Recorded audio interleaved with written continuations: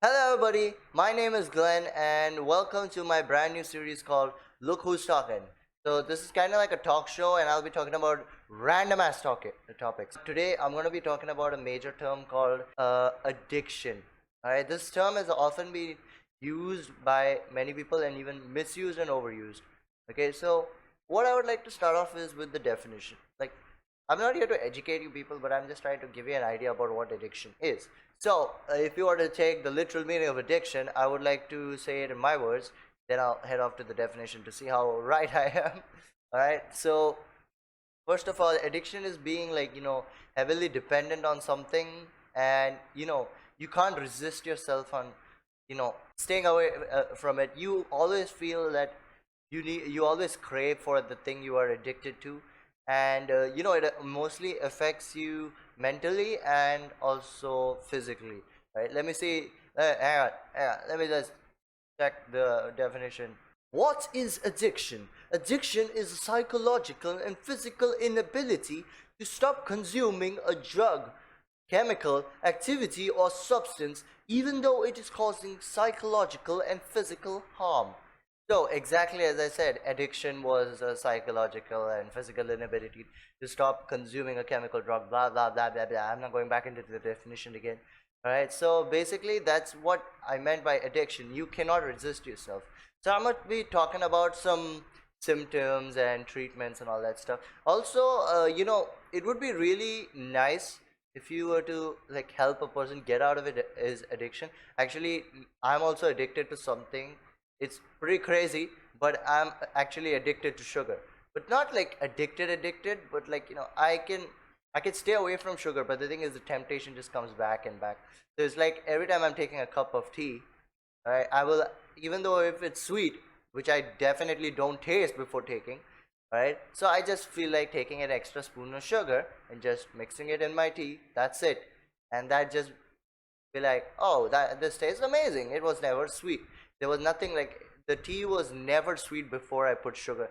Actually, those people don't put sugar whoever make tea like that. That was what my mindset was. But then, as I was doing my research today on how much sugar I consume, right, I realized that I've been consuming a lot of it. So in this case, I'm not gonna talk about my addiction. I'm gonna be talking about like various other types of addiction. So coming to the first type of addiction, we have drug addiction. Okay, yeah, of course there is drug addiction. Like, who is not addicted to drugs? Like, people just come, they they take drugs, and then they will be like, oh, I'm addicted to it now. I cannot get out of here.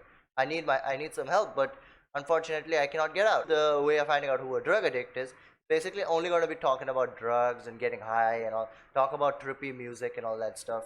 Whichever makes you high and all that stuff, he'll be just basically ranting it out.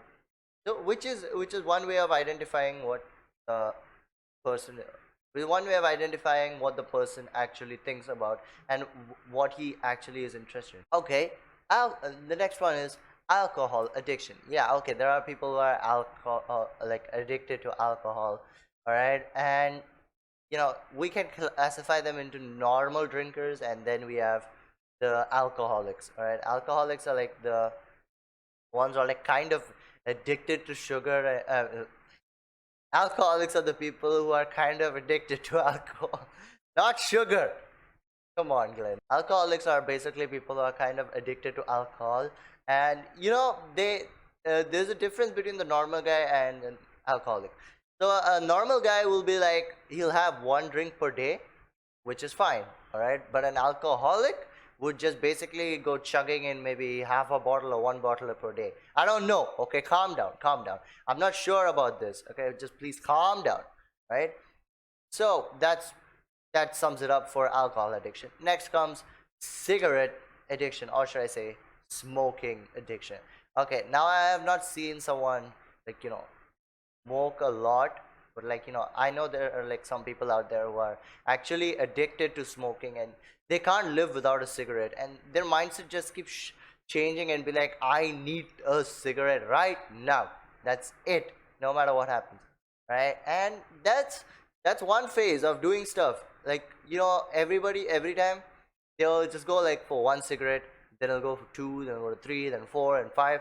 You never know when it could end. I mean, like, obviously at one point you would get fed up, right? So these are like the normal types of addiction. I don't want to go further in detail because number one, the video will get too longer and people will start clicking away, and number two, all right, and the number two reason is, like, there are various addictions out there, right? You could just Google it and you'll find that there's an addiction for something. Then there are some weird ones also, which I do not want to specify here, right? Just want to keep the keep the sanctity of the channel, right? The next part of the talk is symptoms. All right, now symptoms are, what if there is some problems, they're definitely going to show some symptoms, right? So the first type of symptom is like uncontrollably seeking that thing, or like that product or service or whatever, I don't know, right? So you would just be restless, you would be constantly running around and trying to find it, and once you find it, you're just gonna use up maybe half a month's money on that. I have no idea. The next one is neglecting or losing interest in activities that do not involve the harmful substance of behavior. So it's like, imagine you loved basketball, but then you got addicted to, smoking, and now you don't have any fun in basketball. In fact, you hate basketball now, and that's pretty bad. Then coming to the next part, you can't handle relationships. Of course, who can actually? Because for handling a relationship, you need to get into a relationship first.